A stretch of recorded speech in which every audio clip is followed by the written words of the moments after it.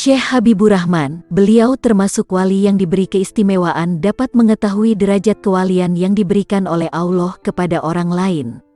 Anehnya, salah satu cara kemampuan Syekh Habibur Rahman dalam mendeteksi kewalian orang lain itu dengan ketajaman penciumannya. Syekh Habibur Rahman ini juga mempunyai kebiasaan senang keliling dari satu tempat ke tempat lainnya. Beliau melakukannya itu dengan tujuan untuk bertafakur, memikir-mikir tentang lika-liku alam semesta ciptaan Allah. Sebagaimana hal itu diperintahkan, berfikir pelajarilah tentang alam semesta ciptaan Allah itu, dan jangan kalian berpikir tentang hakikat zat Allah.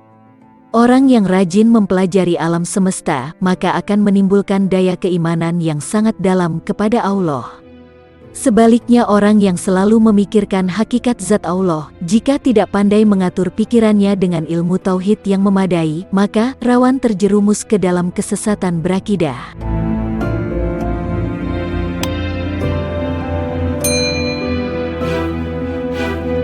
Dalam sebuah perjalanan, Syekh Habibur Rahman melewati sebuah pasar tradisional di suatu dusun yang cukup ramai. Syekh Habibur Rahman pun berusaha memperhatikan kehidupan masyarakat yang kompleks dengan segala aktivitasnya di pasar itu. Tentunya ada yang positif namun ada juga yang negatif.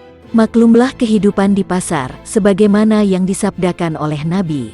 Sebaik-baik tempat di muka bumi itu adalah masjid dan seburuk-buruk tempat di muka bumi itu adalah pasar. Namun, dalam hiruk-pikuk keramaian pasar yang dicermati oleh Syekh Habibur Rahman, ternyata ada satu kejanggalan yang saat itu hanya beliau saja yang dapat mengetahuinya. Konon Syekh Habibur Rahman mencium aroma harumnya kewalian yang terpancar dari tengah-tengah pasar itu. Tentu saja hati beliau tak kuat menahan keingintahuannya, kira-kira berasal dari mana bau harum kewalian yang terus menggelitik penciuman tajam beliau itu. Maka beliau memutuskan untuk mencari sumber keharuman tersebut hingga beliau memasuki pasar dengan penuh selidik. Semakin beliau masuk ke dalam pasar, semakin jelas saja bau harum kewalian yang menusuk hidungnya. Hal itu mendorong semakin besar keingintahuannya itu. Hingga sampailah beliau ke sebuah toko kecil, berada tepat di tengah-tengah pasar yang benar-benar menjadi sentral kehidupan pasar itu. Toko yang beliau temui itu menjual bumbu masak mentah, semacam merica, garam, gula, bawang, terasi, petis, jahe, kunyit dan sejumlah bumbu dapur lainnya. Sedangkan pemiliknya adalah seorang ibu tua yang layak disebut nenek-nenek. Kondisi toko milik si nenek itu pun tidak bisa dikatakan laris, namun tidak dapat pula dikatakan tidak laku. Tapi yang terjadi adalah terkadang ada pembeli yang datang, dan sesaat kemudian kosong tanpa pembeli. Demikian dan seterusnya.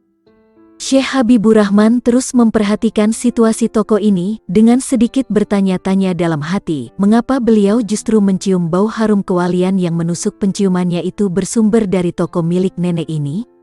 Maka Syekh Habibur Rahman berusaha mendekati toko itu dengan mencari posisi sekira nenek pemilik toko itu tidak memperhatikan keberadaan dirinya. Hingga akhirnya Syekh Habibur Rahman mengetahui bahwa di tangan nenek ini tergenggam sebuah tasbih kecil. Di saat tokonya luang tidak ada pembeli, maka lisan nenek ini terus membaca sesuatu dan memutar tasbihnya, dan tatkala ada pembeli datang, maka tasbih pun diletakkan pada paku gantungan yang menempel di dinding toko. Rupanya demikianlah yang selalu dilakukan oleh nenek pemilik toko bumbu masak ini. Setelah itu, Syekh Habibur Rahman memberanikan diri mendatangi nenek itu, hingga beliau berhasil menanyakan bacaan apa yang selalu menghiasi lisan nenek itu tatkala menunggu pembeli datang. Maka terkuaklah bahwa nenek ini sudah sejak masa mudanya berjualan di pasar, dan sejak menjaga toko itu pula selalu bersalawat kepada Nabi sambil menunggu pelanggan yang datang. Katanya, konon nenek ini di masa mudanya pernah mengikuti pengajian yang diasuh seorang ulama, dan ia mendapatkan motivasi agar di saat-saat luang, di mana saja berada, hendaklah selalu membaca sholawat kepada Nabi Muhammad sebagai ungkapan rasa cinta kepada beliau. Maka sejak itu pula nenek ini tidak pernah meluangkan waktu kecuali selalu bersalawat kepada Nabi tanpa pernah mengetahui apa yang hakikat sedang terjadi pada dirinya. Syekh Habibur Rahman pun memutuskan untuk tidak melanjutkan pembicaraan dengan nenek ini dan tidak ingin mengusik kehidupan nenek pemilik toko dengan memberitakan aroma harumnya kewalian yang beliau dapati bersumber dari nenek tersebut. Tentunya kearifan Syekh Habibur Rahman ini juga termasuk yang menjadikan salah satu pelestari kebersihan hati nenek, yang mana nenek ini dengan ikhlasnya selalu membaca sholawat di waktu-waktu luang hanya karena termotivasi oleh sebuah pengajian yang pernah dihadirinya, tanpa pernah berpikir apa yang akan dan sedang terjadi pada dirinya.